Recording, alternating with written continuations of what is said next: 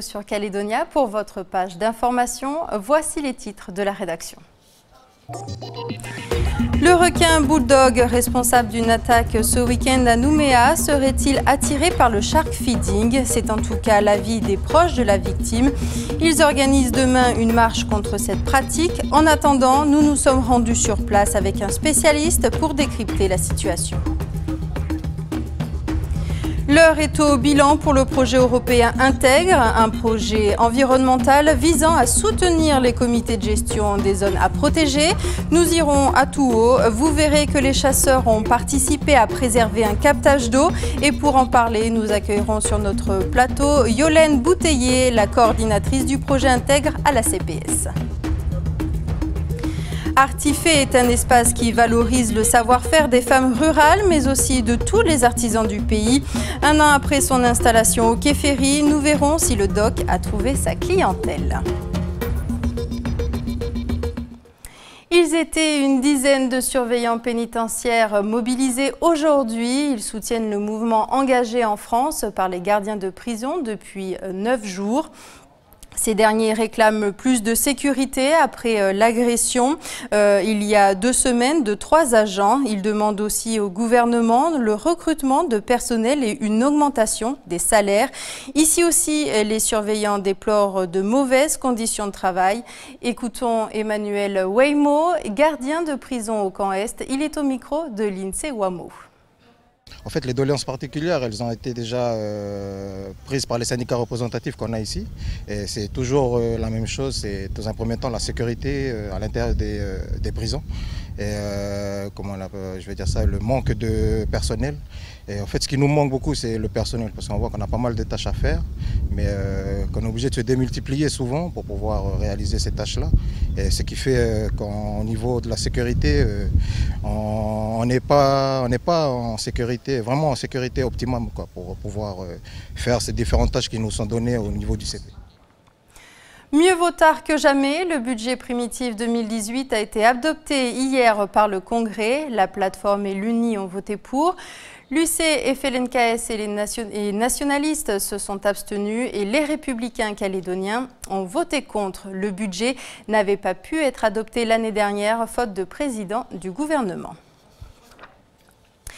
Demain, à Nouville, un rassemblement contre le shark feeding est organisé, un mouvement à l'initiative de la famille et des amis de Quito, cet homme de 40 ans attaqué par un requin bulldog dimanche dernier. Le shark feeding consiste à donner de la nourriture aux requins, une pratique plusieurs fois observée du côté de Nouville et pourtant interdite. l'INSEE Wamo. Le requin bulldog, ce carnassier, peut atteindre 3,40 m de longueur. Ici, au port de Nouville, on peut observer de près ce squale et on comprend pourquoi.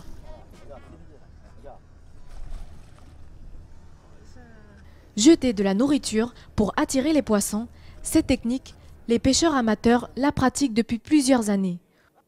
Au fil du temps, les squales ont fini par s'inviter. C'est alors qu'est apparu ici un nouveau phénomène, le shark feeding. Le shark feeding, comme vous dites, ça se fait un peu partout dans le monde. C'est l'action de nourrir des requins pour les attirer, pour les photographier, pour les voir. C'est sûr que ça, si c'est fait régulièrement dans la même zone, ça modifie complètement leur comportement. Et les requins, après, attendent qu'on vienne les nourrir. Le shark feeding serait-il responsable de l'attaque de requins qui s'est produite à Nouville? La famille de la victime tente de trouver des explications. On était avec lui, il était descendu en agachant, juste au bord. Il est descendu en agachant, le requin il l'a pris en bas sous l'eau. Généralement, c'est pas en surface qu'ils attaquent. Ouais, mais bon, les bulldogs, c'est des requins qui ont peur de rien. Ils attaquent de face, ils n'ont pas peur d'adversaires beaucoup plus gros. Parce que nous, avec le copain, là, Christophe, là, on va plonger au large avec Bailly. Bon, on a l'habitude des requins, on sait le comportement qu'ils ont. Au bout d'un moment, quand on sait que quand ils commencent à tourner, on plie bagage, on monte dans le bateau. Mais là, au bord, il attaque Christophe sous l'eau. Je sais pas, il a dû faire quelque chose qui a attiré le requin. C'est comme à Poé.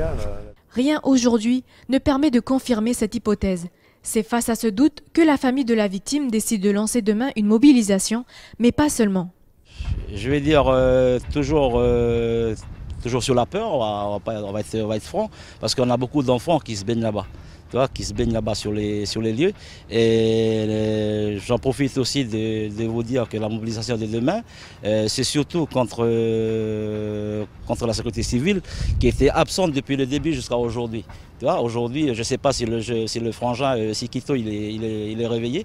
Hier, on est arrivé à l'hôpital, il est encore sur le coma. Et pour ça, voilà, nous on interpelle beaucoup la province, beaucoup les institutions, la commune, tout ça. Voilà. Et puis nous, là-bas, il y a beaucoup de jeunes qui se baignent et nous-mêmes, on a fait notre propre sécurité. La mobilisation aura lieu demain à 6 h du matin au port de Nouville. Avez-vous déjà entendu parler du projet Intègre, un projet de développement durable financé par l'Union européenne? Aujourd'hui, c'est la fin de 4 années de mission coordonnée par la CPS. Il existe 3 sites pilotes à travers le Caillou. À Touault, par exemple, l'une des missions était de protéger la zone de captage d'eau potable. Et l'une des pistes pour préserver la ressource a été la régulation des cerfs et des cochons. Aurélie Niaotine.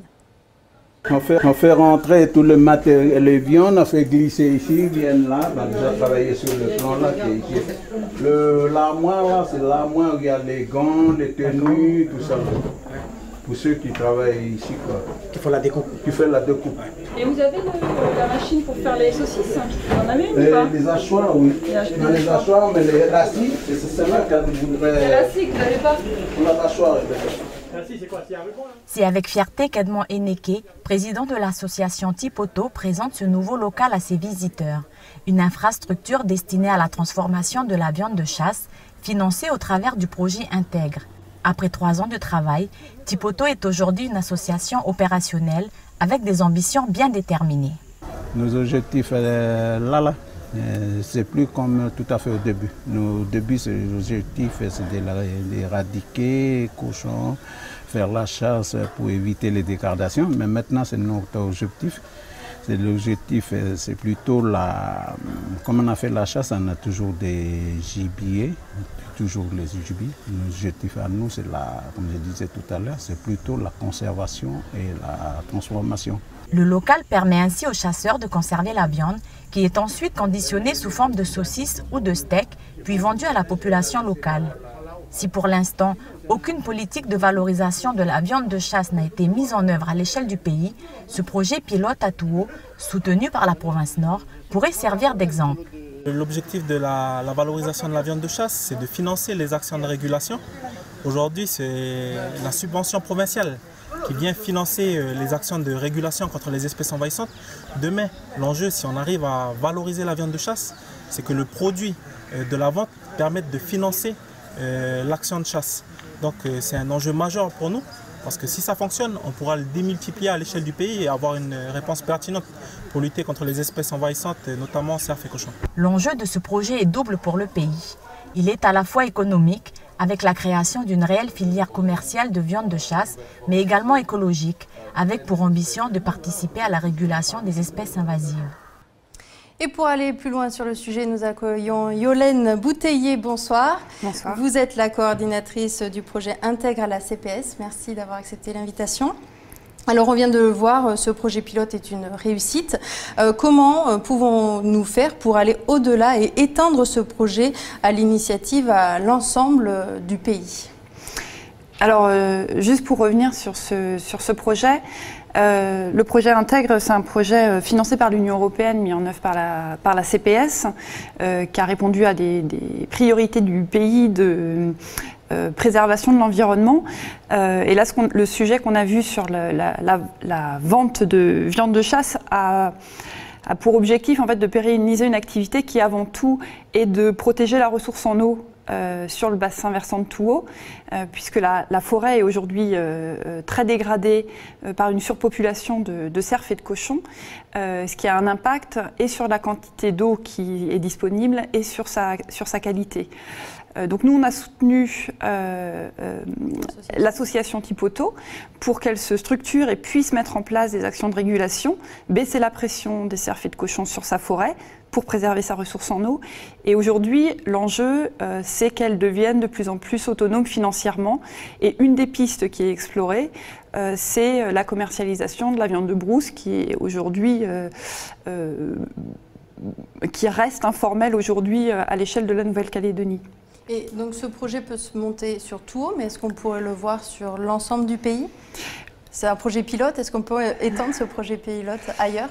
On peut tout à fait imaginer que ce projet puisse être étendu. Il a montré que ça fonctionnait.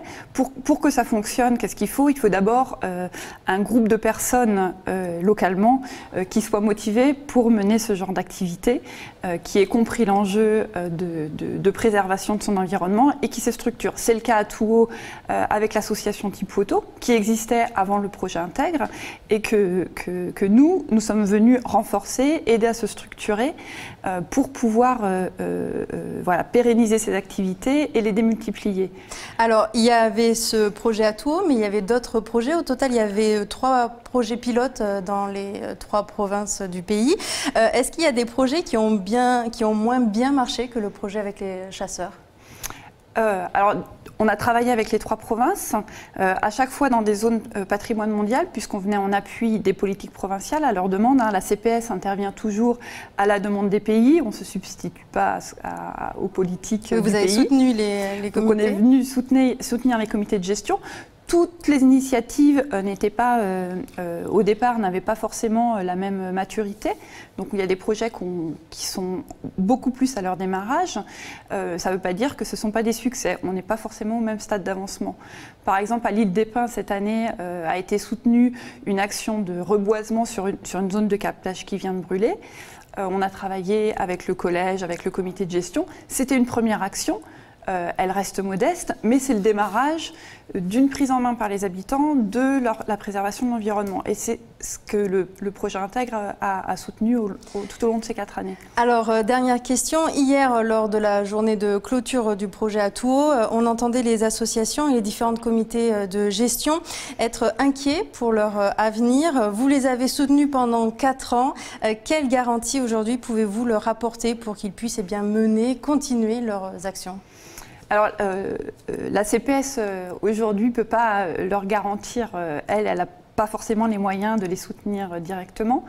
Par contre, nous, on a toujours travaillé sur des politiques pays, des politiques provinciales, main dans la main avec les provinces à leur demande. Donc là, aujourd'hui, le financement européen se termine, mais les provinces sont toujours là. On a soutenu des politiques existantes, donc c'est à elles de prendre le relais. Ceci dit, l'Union européenne a déjà d'autres projets pour nous, pour le pays. Eh bien, on y reviendra une prochaine fois sur le sujet. Merci en tout cas d'avoir accepté notre invitation. Avec plaisir. C'est un doc où est exposé le savoir-faire des artisans et artistes de tout le pays. 1 an après l'installation de cet espace, Artifé Quai Ferry, tenu par 2 associations, Arti et Fé. L'artisanat local est-il plus visible à Nouméa? Apparemment oui, mais contrairement à ce qu'on pourrait croire, ce ne sont pas les touristes qui sont les plus intéressés. Reportage de Falaï Ouedro dans notre rubrique 1 an après.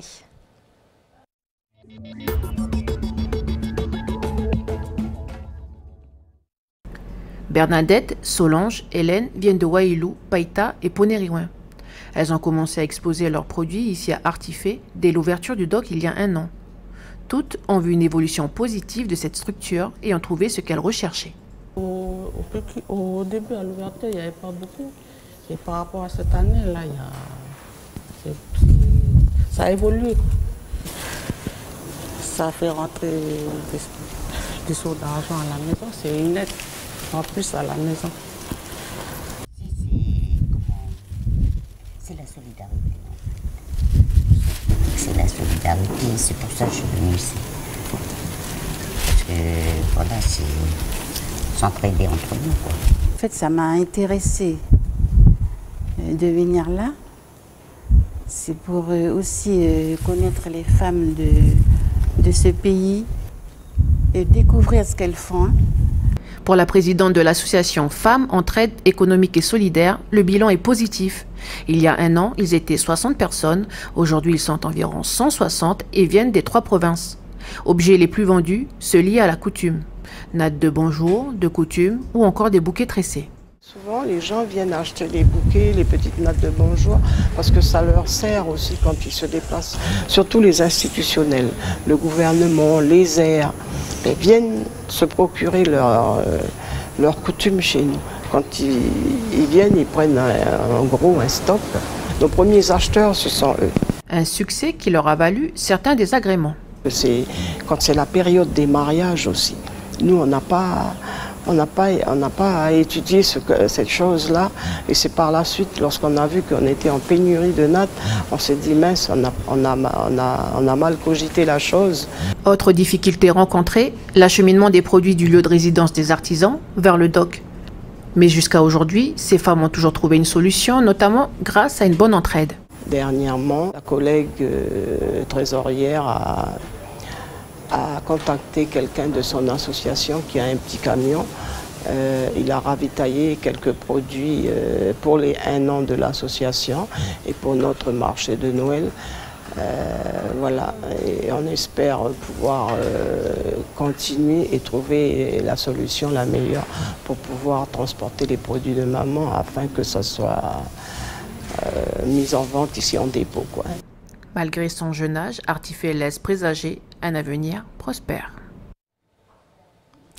C'est la fin de cette édition. Merci de nous avoir suivis. Je vous souhaite une bonne soirée en notre compagnie et je vous retrouve demain à 18 h sur Calédonia.